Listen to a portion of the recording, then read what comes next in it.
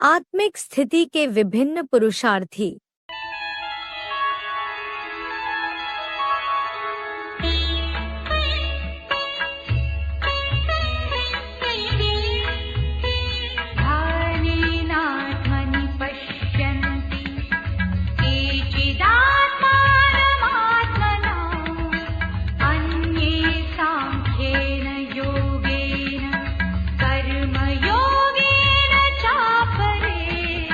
केचित् ध्यानेन, कुछ लोग चिंतन द्वारा, अन्य सांख्येन योगेन, दूसरे संपूर्ण व्याख्या से योग द्वारा, च अपरे कर्म योगेन, और अन्य कार्य करते स्मृति पूर्वक, आत्मना आत्मानम आत्मनि पश्यन्ति, अपनी मन बुद्धि से आत्मा को अपने में देखते हैं।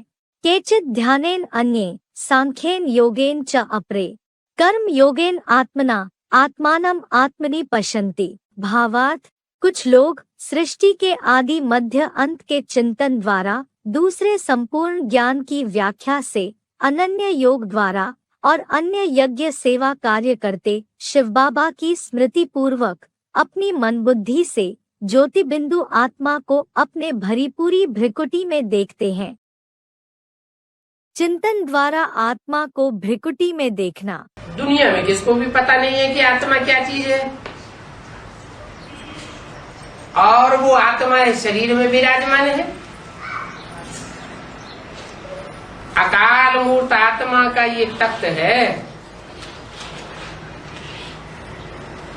कौन सा? भ्रिकुटी। इस शरीर में अकाल मूर्त आत्मा का ये तख्त है। बच्चों को ये ज्ञान मिलता है, और कितना रमणीक रहस्य युक्त ज्ञान है कि आत्मा इतनी सूक्ष्म है और भ्रिकुटी के मध्य में निवास करती है। कोई ऐसी रहस्य युक्त बातें सुनी जाती हैं तो उन पर चिंतन चलता है ना। तुम बच्चों को भी यही चिंतन चलना है। इतनी छोटी सी आत्मा है इतने बड़े शरीर में। आत्मा में 84 जन्मों का पाठ लुधा हुआ है। एक जन्म की बात नहीं है, एक चोले की बात नहीं है। 84 जन्मों में 84 चोले धारण करती है और 84 चोलों के द्वारा पाठ बजाती है। शरीर तो विनाश होते जाते हैं और आत्मा अविनाशी रहती है। ये बड़ी विचार की बातें हैं। सवेरे उठ करके ये ख्याल करना चाहिए। अभी बच्चों को स्मृति आई है, आत्मा कितनी छोटी है, और उन छोटी सी आत्मा को अविनाशी पार्ट मिला हुआ है।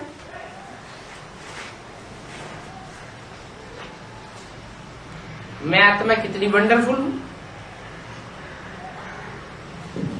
और ये वंडरफुल ज्ञान तुम आत्माओं को मिला हुआ है जो और किसी को पता नहीं है। बाप ही बतलाते हैं। जो सुमिरन करना होता है, हम छोटी सी आत्मा है, कैसे पाठ बजाती हैं। आत्मा का शरीर पहले छोटा होता है, फिर धीरे धीरे बड़ा होता जाता है। ये शरीर 5 तत्वों का पुतला है, 5 तत्वों से बनता है। ज्ञान की व्याख्या से आत्मा को भ्रिकुटी में देखना। अमृत वेले उठते ही और कुछ याद न आए, कुछ याद न आए माने नील भी न रहे हैं कि सोते सोते उठ तो बैठ गए। नील नहीं, वो स्टार देखने में आवे। क्या? स्टार देखने में आवे, इन आंखों से नहीं देखने में आवेगा। लेकिन बुद्धि के तीसरे नेत्र से ऐसी पक्की प्रैक्टिस हो जावे कि भ्रकुटी के मध्य में स्टार ही दिखे।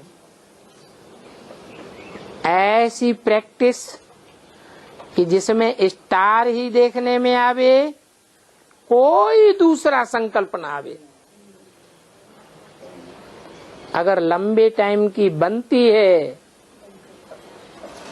तो अनेक जन्मों को देख भी सकेंगे।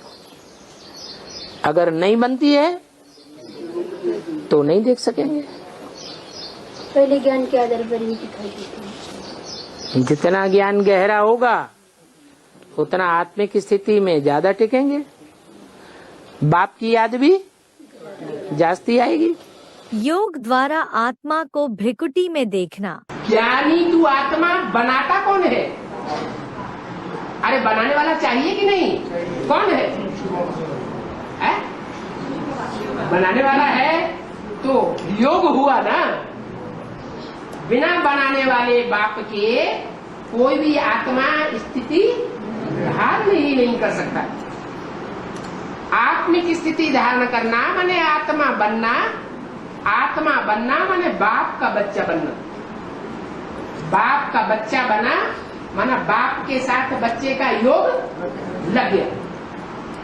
तो बिना योग के आत्मिक स्थिति धारण नहीं हो सकती। 500-700 करोड़ मनुष्य आत्माओं को जब परम धाम से नीचे उतरती है तो उनकी देवान की स्थिति होती है या आत्मिक स्थिति होती है?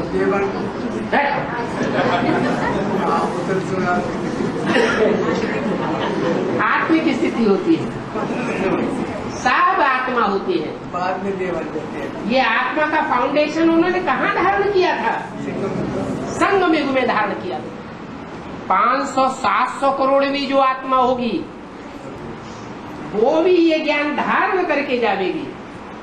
क्या? मैं आत्मा ज्योति बिंदु स्वरूप और मुझे आत्मा का बाप भी ज्योति बिंदु स्वरूप। याद में यज्ञ सेवा कार्य करते आत्मा को भ्रिकुटी में देखना। जो फ्री है ईश्वरी सेवा में लग सकते हैं। कोई परिवार का भरण पोषण करने की चिंता नहीं है तो उनके लिए बताया कि उनको तो फिर 16 घंटे क्या करना है ईश्वरीय सेवा करनी है। ऐसी ईश्वरीय सेवा करेंगे तो सेवा करने वालों को आत्मिक स्थिति ऑटोमेटिक बनती रहेगी। क्या कहा? हाँ बताया। फिर आत्मिक स्थिति जब बनेगी तो फिर तुम फ्री हो जाओगे। कर्म इंद्रियों से कर्म हो या न। तो बताया कि मूल बात क्या बताई है? क्या बताई?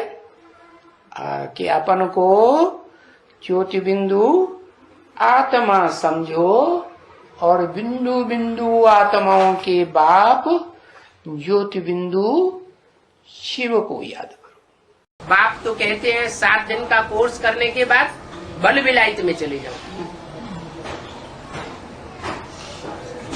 कोई जरूरी नहीं है कि बाबा से बार बार आकर के मिलना जरूरी है।